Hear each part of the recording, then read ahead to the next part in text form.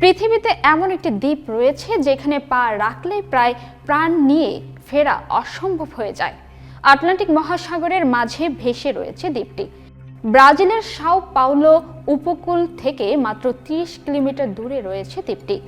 সাধারণ পর্যটকদের দৃষ্টিতে এটি একটি সবুজে ঘেরা নির্জন দ্বীপ হতে পারে, কিন্তু এই দ্বীপের প্রতি বর্গফুটের পাতা রয়েছে মৃত্যুর ফাঁদ। গোটা ব্রাজিলের মানুষের মধ্যে এই ধারণা প্রচলিত যে এই দ্বীপে গেলে জীবন্ত কেউ ফিরে আসে না। এই ছোট দ্বীপে বাস করে পৃথিবীর অন্যতম বিষধর সাপ গোল্ডেন লান্সহ্যান্ড ভাইপার। ধারণা করা যায় দ্বীপটিতে সাপের ঘনত্ব এত বেশি যে প্রতি কয়েক বর্গ মিটারে একটি করে সাপ পাওয়া যায়। এই সাপের বিষ অত্যন্ত মারাত্মক।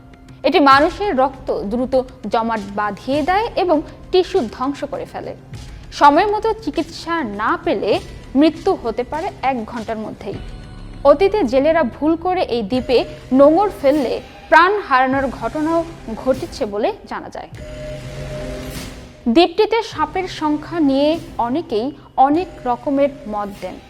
4,30,000 বর্গ মিটারের এই দ্বীপটিতে কমপক্ষে 4,30,000 সাপ রয়েছে।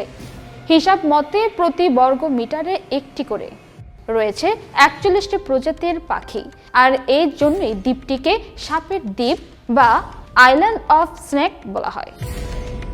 গোল্ডেন লান্সহেড যেহেতু বিরল প্রজাতির, তাই এই সাপকে বাঁচাতে ব্রাজিল সরকার পদক্ষেপ নিয়েছে।